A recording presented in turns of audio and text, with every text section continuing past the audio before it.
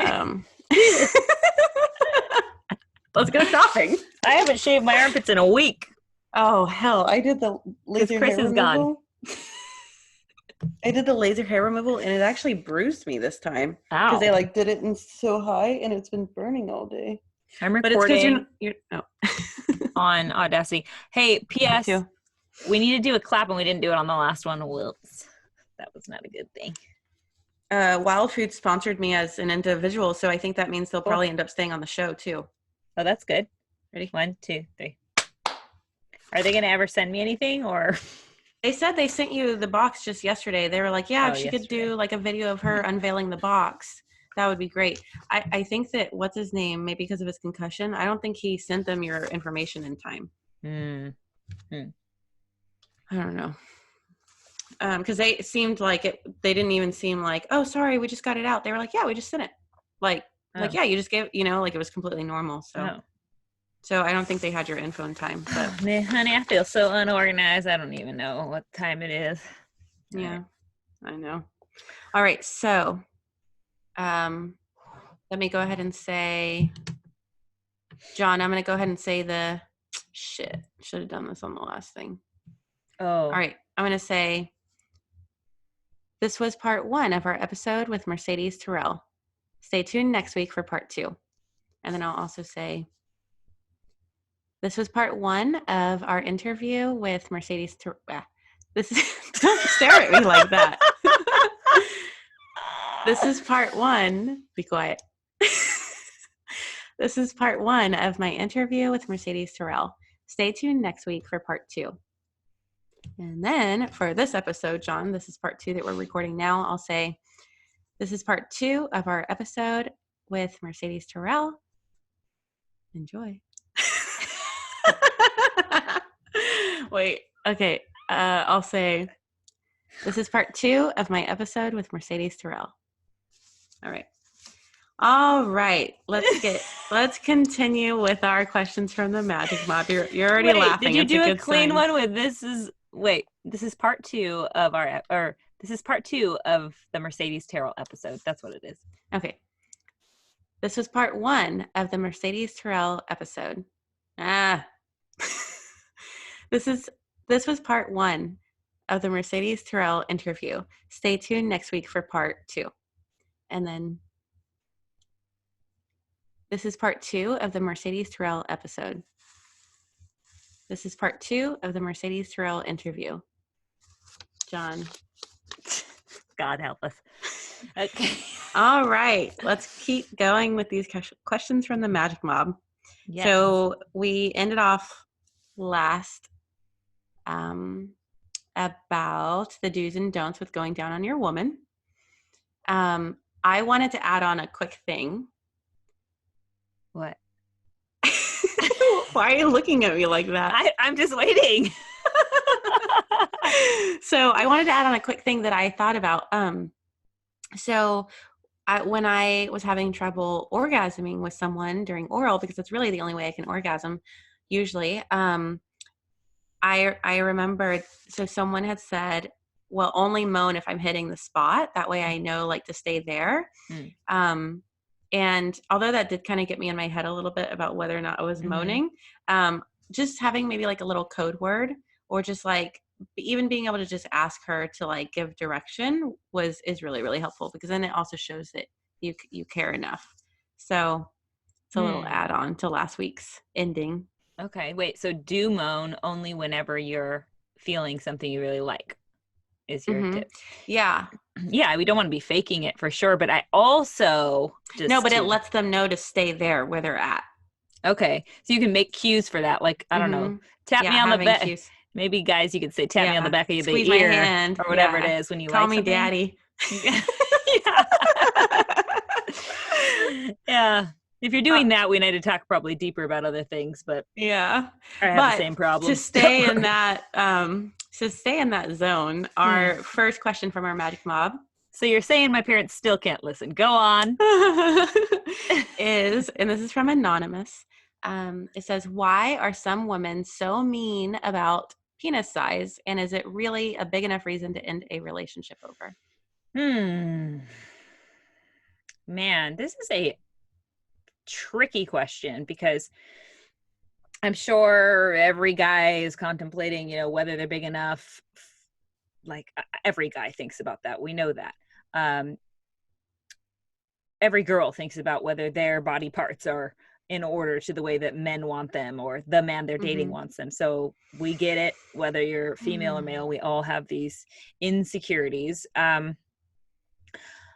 I've been sorting through my own sex addiction. I'm going to call it quote unquote sex addiction lately, just because I feel like that word is a little dramatic. And because this question about penis size has come up in conversation with friends lately, I just feel like it's ready to be answered by us here on this show. So I'm glad you're asking it. I'm glad that anonymous magic mobber is asking it. Yeah. It's definitely not a big enough reason to end a relationship over, in my opinion.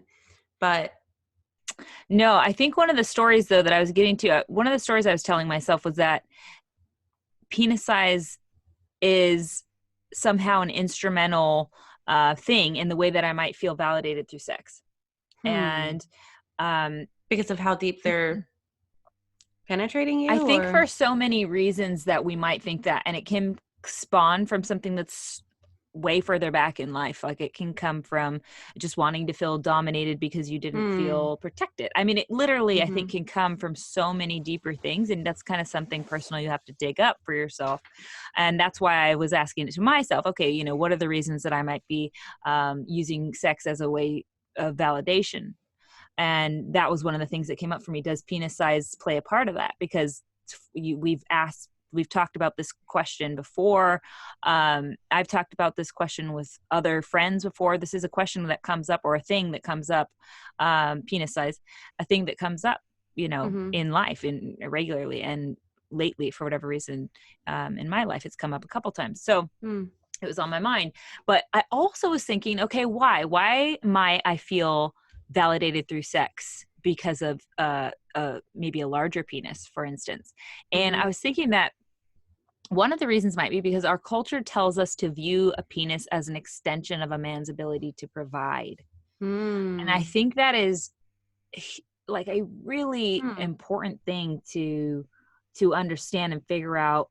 And we think masculine, we think like big too, Yeah. And when we think phallic, we think specifically about all the statues out there around the world where penis, phallus was a symbol of something to praise. And then it became bigger and bigger because of, we want to, for whatever reason, humans, we feel like bigger is more plentiful, more bountiful. And so I think that's where it comes into play here. And it doesn't necessarily mean it's true. Like many of the things that we believe as humans, many of the things that we believe as a culture are not true. And then the other thing that came up for me was that this whole dick pic epidemic, where women are constantly bombarded with photos of usually overtly large penises that don't even necessarily belong to the person sending them, firstly. Yeah, and they're also being shot at an angle that makes them look probably bigger than they are in real life. Kind of like the way that porn and these airbrush photos and all the Facetune and filters on Instagram is causing that skewed image of what women are supposed to look like. It's the same thing with these dick pics. Precisely. So not that we even are looking at those or want to. Well, and I don't mind a dick pic if it's solicited. Like if I ask if it's invited. Right. Then I'm down for it. An unsolicited dick pic, probably not a good idea. Can get you in lots of trouble too. So never. But the thing there is, hashtag keep it realish, guys, like Jade's saying, this idea of the fact that women are often, and young girls even, for the first time, what they're seeing a penis look like is a massive, member that isn't necessarily anything close to what the majority of men have going on. And so of course they're going to have crazy expectations when that's what's getting shown to them over and over again. And on pornography, we're looking at penises that look not necessarily like the rest of the world. So I think it's just a lot of ways that we're training women's minds to have a perspective on penises that is really not healthy and not true. But women being mean about it, that is not about penis size. That is something else in them that they're telling you about themselves. 100. Like, so they're they're finding a reason. They're finding something else. Like that's. Yeah, I Do you think agree? In order to gain perspective on something like that, like if a guy That's like a man complaining that your boobs are not big or that they're not perky. Like it's not really about your boobs. He's not happy with himself, and so he's complain. You know what I mean? right. So, I was going to say is that if you turn the question around, guys, Mm-hmm. on yourself, and you said, why is breast size or butt size so important that a guy might be mean about it if a girl doesn't feel that, satisfy whatever that is for the particular individual, or they leave a relationship because she doesn't have the boobs or the butt or whatever the thing is. That asks the same question. I mean, we're talking about That's pieces true. of Because flesh men here. are very mean about that. Totally. Not all men, but some, yeah. Especially younger kids in school, like it can get really, really terrible. So I just think it's not a good reason for someone to body shame another person in any regard when it comes to a piece of flesh. But to give some comfort to people who don't feel as big, I would prefer on the smaller side than to the bigger, because I do remember like a couple different scenarios. Like I remember one time someone being so big that when he took his pants off, I was like, nope, not having sex with this guy. And I didn't, because it like, that did not look like it was going to feel good. And so I would totally prefer on the smaller side if I were to have to decide between one or the other. And I did notice too that when it's not super big, the tip of the penis rubs against the G spot when it's going in and out in a way that a bigger one doesn't. And so for someone who has a hard time climaxing during sex, that's great. Yeah. I mean, the G area is really only like 1 to 2 inches into the vaginal canal, if you want to get real medical on it. But in the head of the penis, like rubbing against that feels awesome. So that's something that like someone who doesn't feel as good about their size, that's something that they can kind of take comfort in, because that feels awesome for a woman. Yeah. And I think if, someone is feeling, again, like someone's being mean about the situation, it just, again, to remember that hurt people. I know we say it all the time on the podcast, but when someone else is blaming you for something that you cannot change, or is being mean about something, a part of your body, shaming you for that, that is something they're dealing with on their own, or need to deal with on their own. It is not actually about you. And I'm sorry that you're going through that. I think there are plenty of women out there seeking genuine connection and not over a piece of flesh like that, regardless of penis size. So don't let the whole size thing become an insecurity that gets in the way of meeting those women. That's what I really want to like get across, is that if you let this insecurity be in the way of you meeting the people who are totally down with what you're rocking, that is a bummer. And I don't want that. So just know they're all out there. All types are out there, fellas, just like on the other end of things. Guys want different things too. So yeah. So next question, at Dynamite for Life 816. He's been a follower of us for a while now. Asks, what is your proudest accomplishment? This show. Yeah, for sure. This show is such a light in my life, but also because I feel like it's people come up to me all the time and they go, I'm listening to your show. It happens to me too. My life. And I'm like, that oh my God. It happens to me like on it. It happens to me at yoga. That happens to me too. And I'm like, it feels like there's a lot of you. Yeah. Yeah. I mean, it's just, and even if it was if no one was doing that, but I knew that it was airwaves and people were hearing it. I know just the energy we're putting into this, that it's got to be fruitful to some degree. Yeah. So this show has been one of my proudest accomplishments. Falling in love in the dark, like I was talking about earlier, has been one of my biggest accomplishments.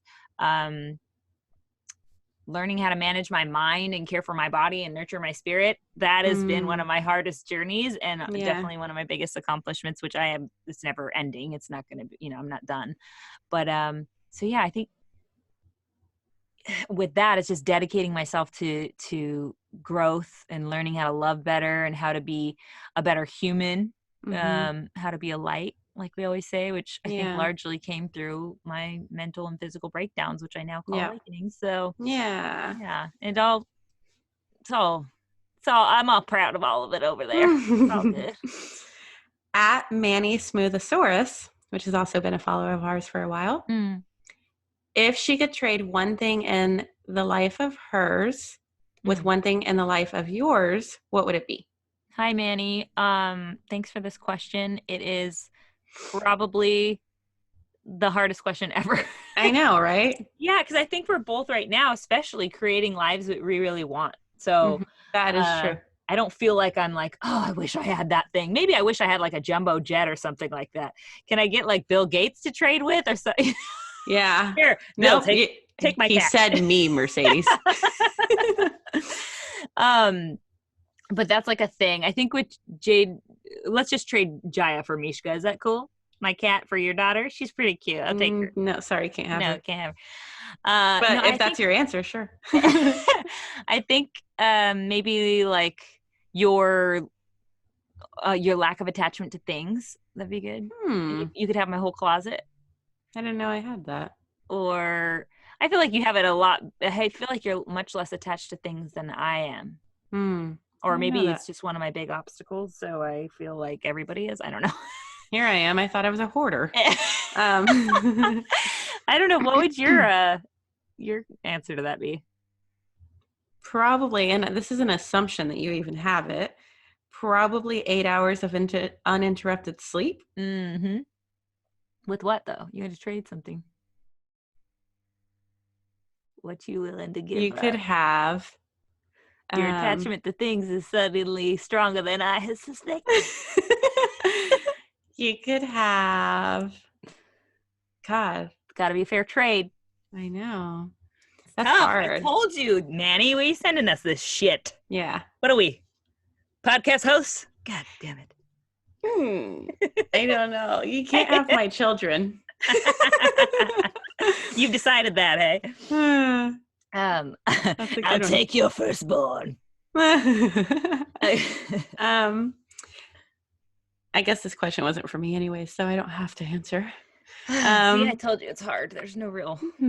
Oh, I was gonna say maybe like your ability to multitask with my ability to give concise direction, since we struggle with that. That's kind of good, right? That is good. Although we'll go with that. I need to stop multitasking so much. Yeah, it's a stress addiction, huh? Yeah. At this point. At Cassie Wren 99, who she actually drove hours. She drove from Dallas to Austin to come to our last event. Yes. So this was really cool of her. She sent in a question. What practices do you use to get clear and manifest future goals? Okay. What practices I use? So it's taken me a long time to get an idea of what works for me regarding clearing my mind and like laying out precise goals. And so I have let's call it a 5-step program for this. 5-stepper. I've talked about this on my Instagram before too. So first off, I'm going to call it no guts, no glory. So what works best for me is, I know this seems maybe not related, but it's completely related to this ability to lay out my goals and clear my mind and, manifest like she's asking about. So no guts, no glory is about eating a diet free of gluten and dairy, low in processed foods and sugar. And that ensures that my gut health is in order, since that's been a long and trying journey for me. And finally learning to manage all that. And then number 2 would be motion before emotion. We say it all the time on the show, guys. I know if you're listening, you already know this. Exercising daily, ideally daily, at least enough to break a sweat. And if not daily, then 5 days out of the week. It's critically important to release any movement's better than no movement, for sure. Like anything, dance in your house. I don't know, vacuum, do whatever you gotta do. Just stand up. But yeah, breaking a sweat, that's important for me. And what I'm doing there is releasing my endorphins, getting my adrenals and endocrine system pumping and flushing out the toxins that cause me to be prone to anxiety and panic and depression. And for me, that is critically important. It is one of the things that my therapist said right away I have to make sure I'm doing. So I'll stick to that. And then number 3 is time is a limited commodity. So deciding when to say no and saying no to things that aren't directing me towards who I want to be. And this is super tough if you're a recovering recovering workaholic like me. But I, just remember every time that I say yes to something, I'm saying no to something else. So that's good. Yeah, you got to take what you're committing to really seriously, because I have been the person who burns the candle at both ends, and I've reaped the bad things that come with that. Number 4 is in stillness we become. And this comes from, that saying comes from one of our previous guests, Zarin Beatty. But what I mean with this is leaving space in between my commitments to care for myself. So making the time to do things I love, like take a bath or read or journal or go on a hike, sit in the sunshine. And that's where I make the space in my life to, sit in silence, which doesn't have to be overt meditation. Like I said, it can be any of the things I just said, take a bath with an amazing book, sit in the grass at the park in the sunshine and have a snack, or go on a hike in nature. And those places, if I make space for them, I have the grandest epiphanies, or at least I get clearer on what I want, which is what this is all about. And then number 5, the last step is just to write it down, dude. We talk about this so much. All you got to do is, like, once you've got a clear thought in your head about what you want your life to look like, write it down. It has been so extraordinarily powerful. It's been super powerful in both of our lives. Yeah. I mean, it's just one way of physically putting what you want into this time and space, like the right now. So I just said on Instagram today, manifestation is intention. Is being intentional. Okay, manifestation is being intentional. Yeah. With a dash of magic, maybe. I like that. Yeah, I think that's definitely a part of it, is figuring out your process. So for me, that's the 5 steps that I use. It's really good. Okay, she also wanted to know, where do you see yourself in 5 years? This is a great question, Cassie. So I'm not going to just kind of wing this one. I have written this out in my goals journal, like my 5-year plan. So I'm just going to read it from there. So this is something I hope everybody does, by the way. This is like something I think you should probably do every year, right? And if you have a partner, you should do one with your partner. And I'm shooting all over everybody right now, but it's really just one of those things that I don't know, maybe it takes you up to an hour. Maybe it takes you way less time, depending, on how much you got to think about this, whatever foundation you've already laid for it. But it is so worth it, because again, it's just about writing down what you want. I mean, and then even if you go to do it and it's not super clear, you figured out, okay, it's not super clear. I'm going to be more intentional about figuring out how to clear this up for myself. So, okay, my 5-year goals. In 5 years from now, we will have a massive podcast following here on the Magic Hour, and have expanded the brand to be a place people can come for direct counseling of sorts, and where we sell incredible merchandise that brings value to our consumers' lives. The podcast will be well beyond supporting itself and will be extremely lucrative beyond what we could have imagined. I see myself continuing to be a bridge for those willing to venture into the gray area we live in on this show. In 5 years from now, I'll be more articulate, more intuitive, softer, and more present. I will be organized and confident in my abilities as an entrepreneur, manager, and a technician. I will be comfortable and confident speaking in front of large audiences, and I may even be well on my way to or have achieved a doctorate or PhD. Whoa, that's a lofty goal, Mercedes. I will have made a decision on whether or not I'm going to have kids, and I'll feel very secure in that decision. I'll still be happily married to my current husband, and I'll be excitedly supporting his own business ventures. We'll have a passionate and romantic partnership. We will have a beautiful family compound that provides outstanding views, gorgeous weather, and endless possibilities.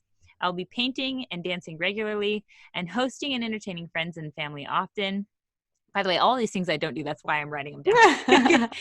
Jade and I will both have legit home studios for the podcast, and we'll be traveling the country, recording with special guests and hosting life-changing events for our Magic Mob. Yes. And according to Jade, in 5 years, I'll be doing ayahuasca. So we'll see if any of all of that comes to fruition. I mean, that wasn't like a vision I had. It was just like, oh, I have a feeling that maybe when you're 40. Yeah. I don't know why I said 40. All right. I love that answer. And I stand in agreement with all of that. At Rock Your Joshua, is it ever difficult for you or your spouse to balance attention men give you online and at shows with your relationship?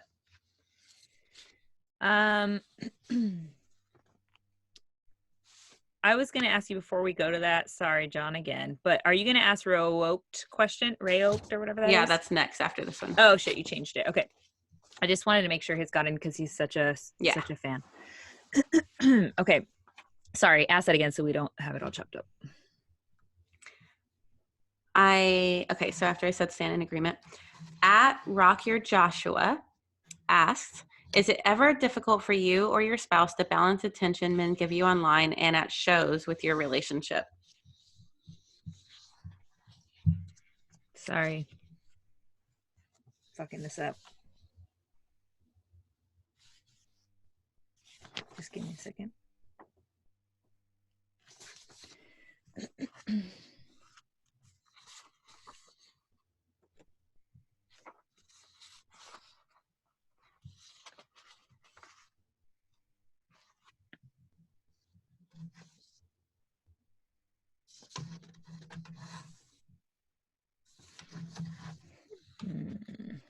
What happened here? Do you want me to just ask the other guy's question now? No, because I want to make sure I find this piece because I definitely had it down, but I don't know why I don't have it now.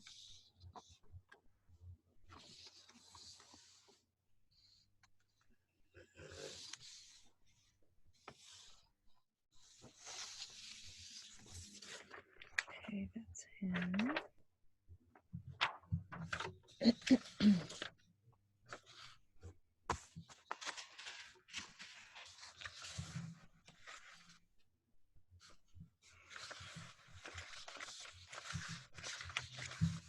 Sorry, John, but at least there's no other edits in this episode likely besides removing the pauses and all that. Yeah.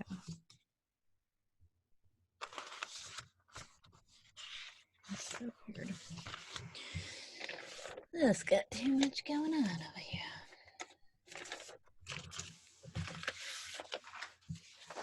Here it is. Weird.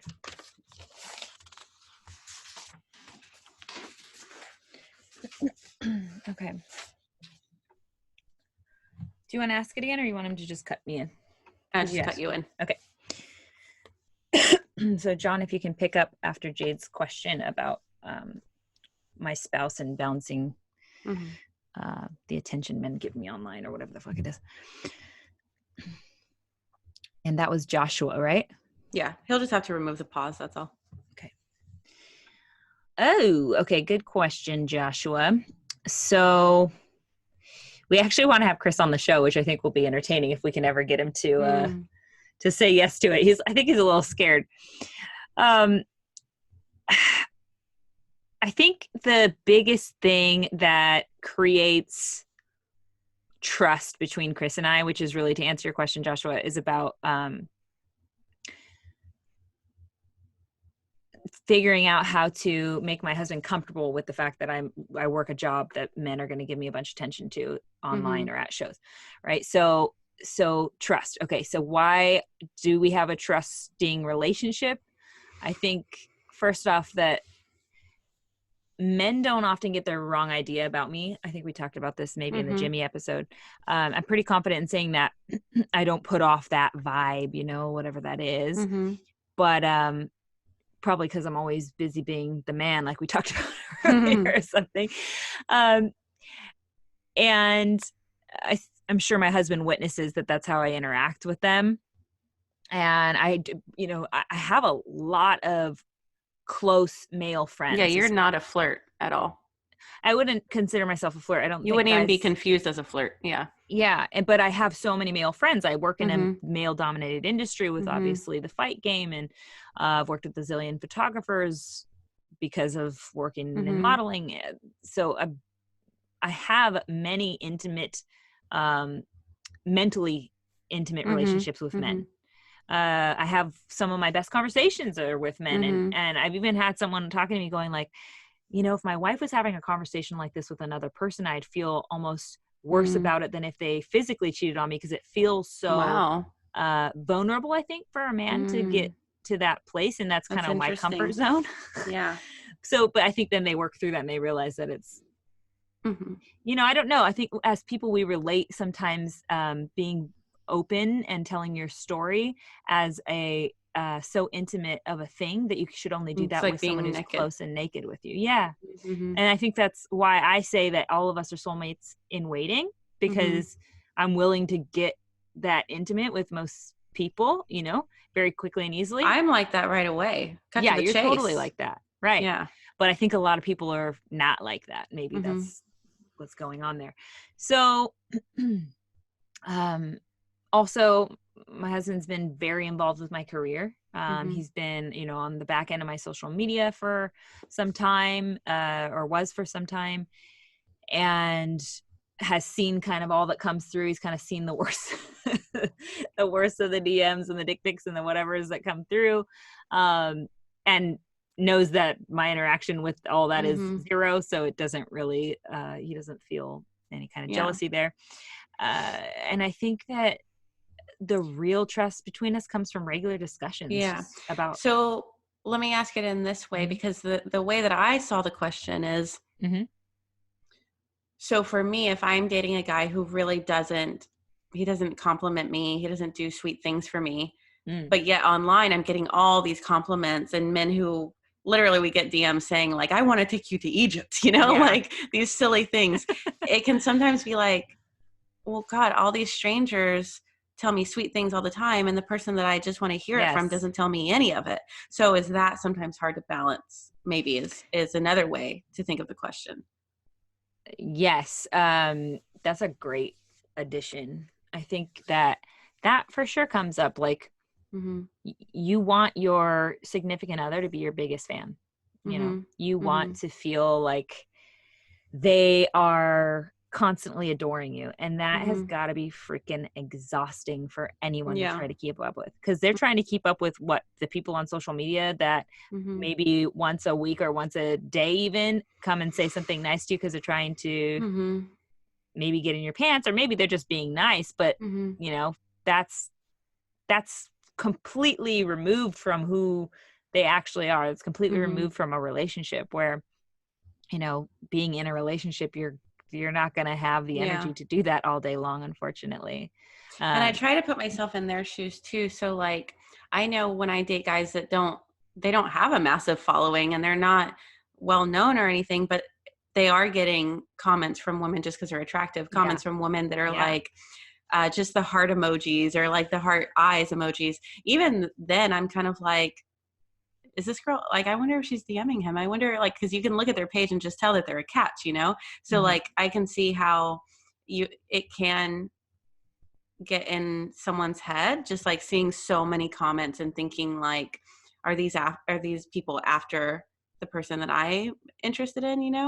And then I can also think about the people that I've dated that are, like, I remember dating one guy who played in a band, and he played at Disney World, and I remember when he got off stage, people were like ripping at his shirt and Yeah. like screaming his name. But that didn't affect me, because I just felt lucky to be the one that got to go Hmm. home with him. Mm. So I can see how, like, when it's online and it's mysterious, that can kind of, when it's like a mystery, it can make you make a story in your head, you Hmm. know? But then when it's like, do you get what I'm saying? But then when it's like at the shows, like the Bellator shows, it's like, that these are just people who are coming to the show and leaving, and you're going home with that person.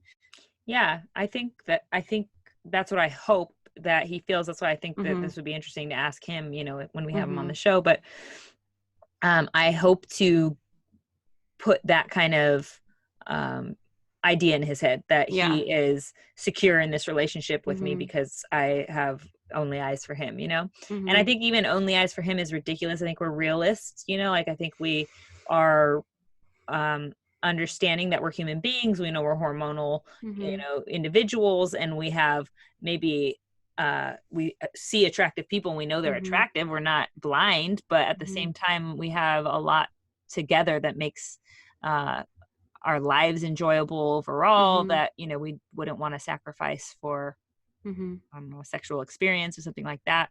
I don't know. I just think that he doesn't, he has never expressed like jealousy, Yeah. which is freaking hard. I mean, But that I is always hear not that easy. it takes a very confident man to be with someone, that has a big social media following or is in the public eye or takes sexy photos. So, Well, when I ask him that question, he just says, I mean, you make it easy to trust you. Like it's not, everything is completely open. I mean, he could yeah. look at any of my social media where people would normally Yeah. cheat would be there, or your I think phone. that's He what has it comes access to down all that. to is making it easy to trust. Yeah. Easy to trust. It's not like a struggle. Yeah. Yeah. I like that. Okay. I always struggle with this name, but I love him. He leaves the best comments on all of our stuff. Raoked? Raoked? Rogued. Yes, I know exactly Rogued. who you're talking Okay. about. I have Yeah. no idea I love him. how to pronounce it, but He's yeah. got the dreads. If you could change one impactful thing about modeling, what would it be and why? Mm-hmm.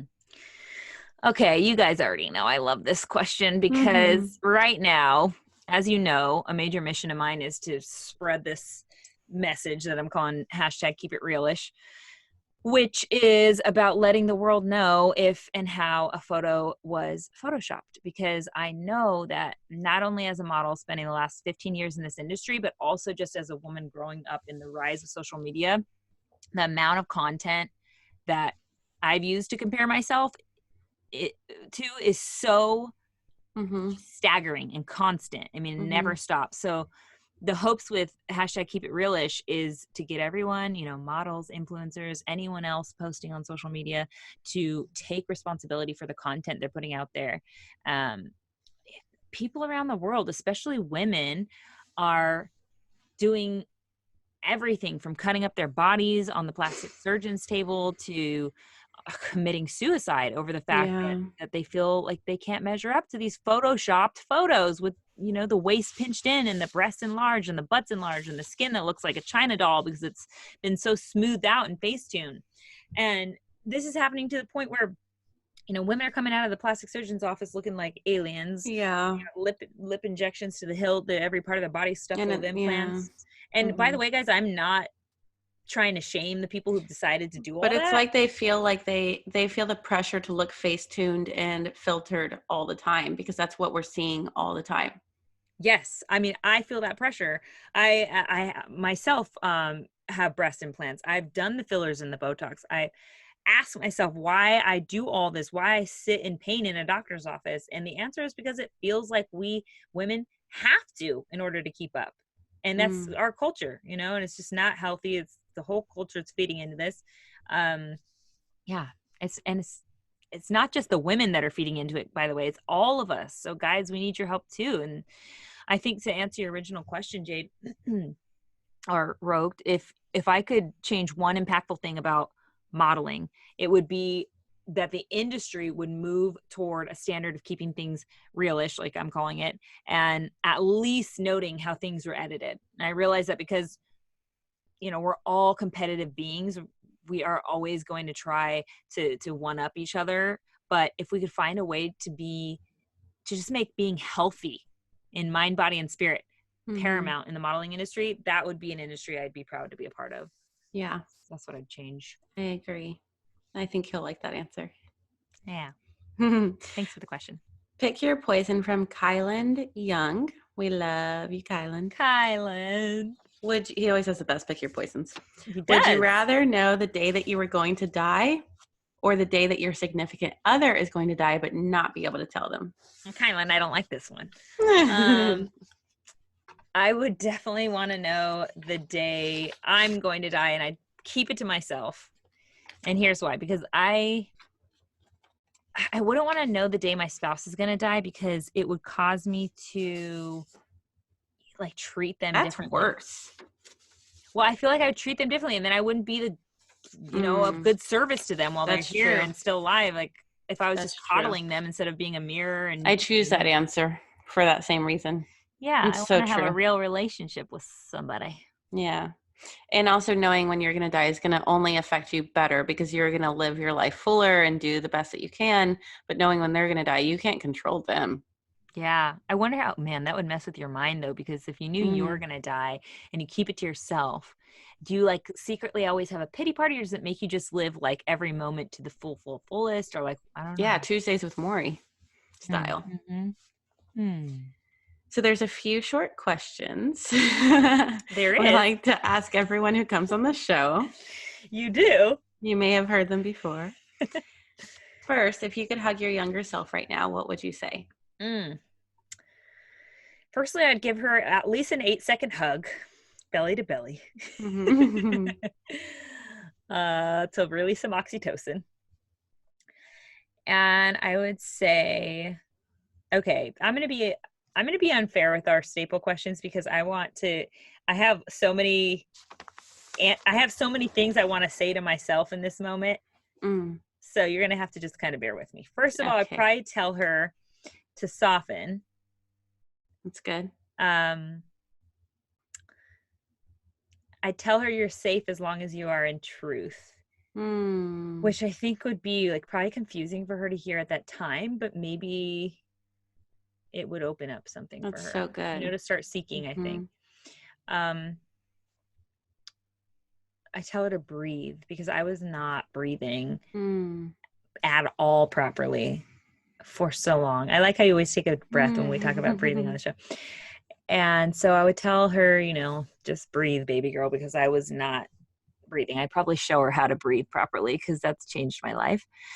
And I tell her that the shame she feels doesn't belong to her,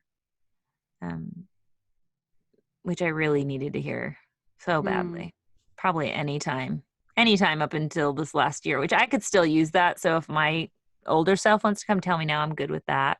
I tell her to start journaling, because of course you already know all the reasons for that. And I tell her it's okay to poop. And maybe to read more and refine a healthy diet for herself, all in relation to the poop thing. She'd be like, really, really good. Like, Mercedes, it's okay to poop. She'd be like, no, it's not. Yeah, no, it's not. I'm a cat. I gotta hide it. It's not. I'm a woman. Apparently that's not allowed. If you could have the whole world read one book, which would it be?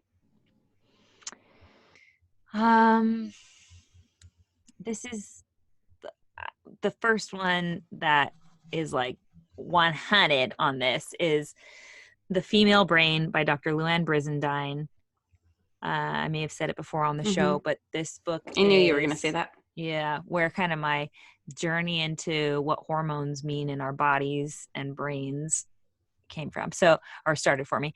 And I think this goes for men and women and young women and young men, all of you. If you read this book, it will change you, because understanding how hormones work, and by the way, she describes not only how hormones work in females, but also in males in this book.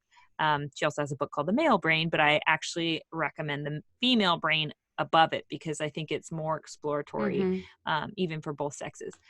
And women are just harder to figure out. So. Yeah. And men, if you want to be the guy who's literally like psychic when it comes to how to be in a relationship with women, and that can be your mom, your sister, your friends, or your girlfriend or wife, whatever it is, this book will help you tap into being the type of guy that every chick wants in their life. I also think that if we could all really read this book and understand how hormones work in our bodies, it would end war. Like it would cause world peace. I know that sounds lofty, but if you get with this book and you see me in person one day, we will have that conversation, and I bet you'll be on board with me because you've read it and you understand. Yeah. Okay. I'm not gonna say just one. I know you asked for one book, but I'm also going to say The Alchemist, because I mean, The Alchemist is that book you can read every single year and be like reinvigorated on your path and your journey towards whatever you are supposed I'm to be doing on surprised this you said planet. that. I thought that you Really? weren't that into it a while back. Yeah, the first time I read it, I was like, that was a cute story. And then I read it when I was in my actual calling, like finding Mm-hmm. what I actually wanted to do with my life. And I was like, this is it. This is the Mecca. Like, it I completely liked it a spoke to lot. me. Yeah. A Light is the New Black, Rebecca Campbell's book. Mm-hmm. We love, and you can read Partly that the book. reason why we started the show. Totally. You can read each page of that book on the toilet every day instead of being on your phone. Yep. And each page will just literally light you up. It'll make you feel like, okay, I'm going to go out there and find my bliss and serve my purpose, and it's going to be amazing. And it'll give you all the tools to start figuring out what that is if you need. So I love that. And then The Power of Now by Eckhart Tolle, just because that was the book that kicked off my spiritual journey. I love A New Earth, but I know you like The Power of Now. So okay. If you feel called to any of those, they're all good. I'm proud that I feel good that I've read all of them. I know. If you could whisper one phrase to everyone on the planet, what would it be? Okay. You can probably guess, but I also have several for this. You're just going to have to bear with me because this is my show today. Okay. I would whisper, you already are. Because I think that we are all just this, to give like a visual idea, I think we're just like a box of puzzle pieces, and we have all the pieces in our box and we just haven't sorted it out so that we can see it clearly yet. And so just knowing that all the pieces are there, they're all inside you. You already are this whole picture. And it's just a matter of like finding the tools and the ways and the routes that lead you to putting the pieces in order so that you can feel completely actualized. Yeah. And then I would also say, seek the pain for positive gain. You guys know that on this show. We love to go into the uncomfortable places to find the light on the other side, or find where we can gain some amazing beauty in our lives from the painful places. So that's what that's all about. And then something that has really been surfacing for me lately is this idea that is to essentially mourn the death of who you were yesterday every day. So I think we're just trapped, all of us, in these patterns and background scripts that are almost fully puppeteering who we are, through our subconscious. And so when we begin to evolve, or something happens that changes us, could be as simple as reading a new book, or finding a new diet that fits us better, getting into a new relationship, or it might be nothing new at all. It might just be realizing that we can be, happy in this moment instead of living in the depression we've been in for years. Well, when this happens, we have some pain tied to letting go of the old us, the us of today, literally. And we need to mourn that for a moment, like sit with it. Okay, I see who I am, and I don't want, this isn't serving me anymore, or, I'm ready to be more amazing. And even if it's just, momentarily, that you sit there and mourn that for a moment and just consciously release that old version of ourselves so that we can step into the new version, tomorrow's version. So mourn the death of who you were yesterday every day. That's really good. I don't feel like I've ever heard anyone say that. That's new. I just made it up. No. That's good. It's also interesting that you told yourself it's okay to poop, because it's so funny how different women are so different about that. Like Natasha leaves poop in the toilet for Kyle, like as a surprise, as a way of flirting with him. Oh my And then God. I have another friend who, I'm not going to mention her name, who like the toilet wouldn't flush, and she freaked out to where she snuck into the kitchen, got a cup, put her poop in the cup, and then snuck to the dumpster and put it in the dumpster because she was so afraid of her boyfriend seeing her poop. I'm the second person. Yeah, it's just so crazy. It's like so opposite ends of the spectrum, Yeah, I mean, how women can be. Yeah, I don't know how much of that story I talked about, but I am the second person for sure. Pactivist all the way. Poop and period activists over here, guys. We are no longer being cats about our poop. We are no longer burying it in the sand. You're so silly. But let's let it go.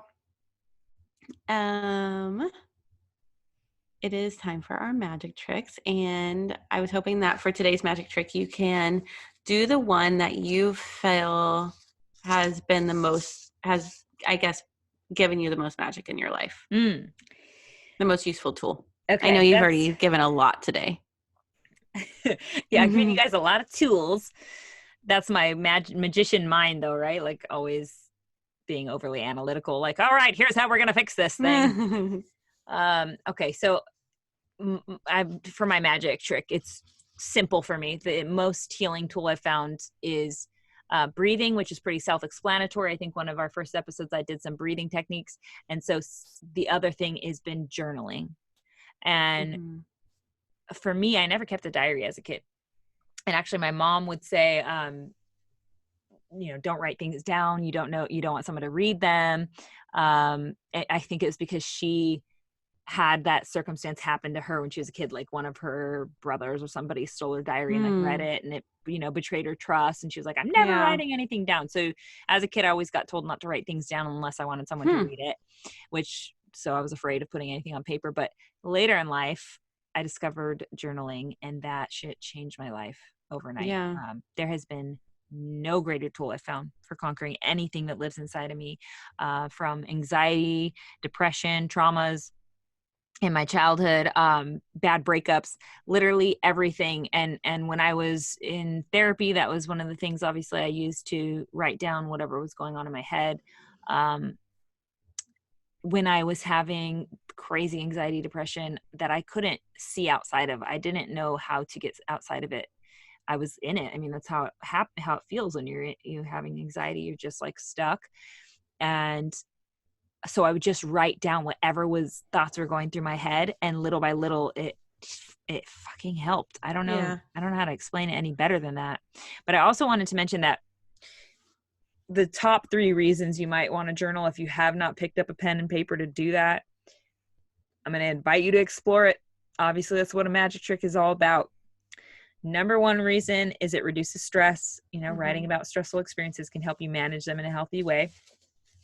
It improves immune function. This is so cool because disease, aka dis-ease, usually starts in the mind, and that was a huge thing for me to really believe finally and understand how that works.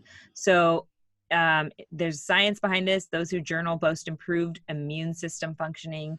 It actually strengthens immune cells. That's so freaking cool. I know it seems completely unrelated to the physical, but it is definitely not. And it strengthens emotional regulation. By evoking mindfulness, it helps writers remain present while keeping perspective. It prevents opportunity for emotional catharsis and helps the brain regulate emotions. And it provides a greater sense of self-confidence and self-identity. So like I said, guys, there's no right way to journal. Just start writing down whatever is going on in your head, and it will start refining itself as you're writing into whatever needs to be looked at that day. So just start, just begin. That's it. Happy journaling. That's a good one. We've probably drilled that into your head so many times the last year. But so my magic trick is the one that I would say was my first. It's not the biggest magic trick that you've placed in my life, but it's the first one. It's one of the first things I remember really absorbing from you and learning from you. There was something when we were working at Bellator, there was something that I wanted from one of our go-tos. There was something that I was man, it would be nice if I could get this. And you were like, ASKGET. They had asked me to do something, and I think I was going to get paid for it or something. And I was like, oh, it'd be nice, or something like that. You're like, ASKGET, you can't get what you don't ask for. And when you said that, I was only I don't know, 25 or 26. When you said that, I was like, I have never thought of that before. You can't get what you don't ask for. It sounds so simple. Yeah. But it was I had never felt like I could just ask for stuff. I never, even now when I ask for favors, I'm so is it okay? I'm so sorry to ask. Would you rather run me over with a car? You know, like, it's like so hard for me to ask for things from people. So, it was so revelational for some reason. And it's when you really, really think about that though, like, it can change your relationships. It can change your career, like just asking for what you want. And Yeah. Especially in our relationships, because And sometimes sex life. yeah, because sometimes we expect them to know, or we just think if they want to, they'll do it. Or if Right. we deserve it, we'll get it, Right. you know? And then if you still don't feel comfortable asking, then it's like, it's really worth asking yourself, like, Right. why can I not ask? Do I not feel worthy? Is there shame? Like, am I carrying shame around this? Like, because if you're not willing to at least ask, then there's a deep rooted issue there, you know? But yeah, I've applied that, and it's made a huge difference. And it's been, you know, in my past partnership, having two toddlers back to back, having two babies back to back, that was like something that was really, really hard for me. Was I didn't ever ask for help, and then I resented him for not helping. So, and who knows what would have happened, you know, had I constantly asked for help. But it's just so important that when we need help, that we ask, and that if we want something, that we ask, because what the odds are 50-50. Either you're going to get it or you're not. Exactly. So, but do you want to add anything to that, since I feel like you're such a guru on this topic? I just feel like I'm glad you found so much value in it, first of all. And I hope anyone listening can understand what we're talking about here and feel the value from it too, or reap the benefits. For me, it's something my mom would always say to me. I would be complaining or whining about something I don't have or didn't get or whatever it was. Mm-hmm. And this goes into like into my 20s, whatever. And she would say, ASKGET Mercedes, you can't get what you don't ask for. And, I I'd love be your talking mom's about things. Yeah, you put the money in your pocket, yeah, and then you ask what it's for. She has some good ones. We are not left to our fates without the ability to affect the outcome. That's my mom. So yeah, ASKGET though is like so simple yet so effective, because we put all these walls in front of ourselves for what we want. And like you're saying, I think it is a worthiness issue. We feel like we're a burden if we ask for something, but that's not the reality, because what we're asking for is something we know can be potentially given to us because it's there, or it might not be a possibility and we're going to hear no, but we got to be okay with hearing no too. So again, just ask. You might be really surprised with what you get. You usually are. I like it. Okay. All right, Magic Moppers. Thank you so much for tuning in and taking this journey with us. If this episode held some magic for you, please share it with your friends and family. This would mean so much to us. And don't forget to join us on our Instagram page at The Magic Hour and let us know what your favorite episodes have been so far. We appreciate all your feedback, and we want to know what's lighting you up. Yeah. And guys, you know that we are on, all of our shows are on the library. So if you guys want to check out any of our previous episodes, especially the ones we mentioned in this episode, feel free to go check those out now. And we will meet you there. Until then, be a light. Big thank you to @RayToneRoyal for our intro jam, and to John Aaron Garza from Real in Motion Productions for producing the show. Stay magical, friends. All right. So I I didn't hit record on the video like I thought I did. So I'm just going to re-ask that first question on the video, which is anonymous. Why are some women so mean about penis size? And is it really a big enough reason to end a relationship over? Do it one more time and just say anonymous asks, because it was Anonymous asks, why are some women so mean about penis size? And is it really a big enough reason to end a relationship over?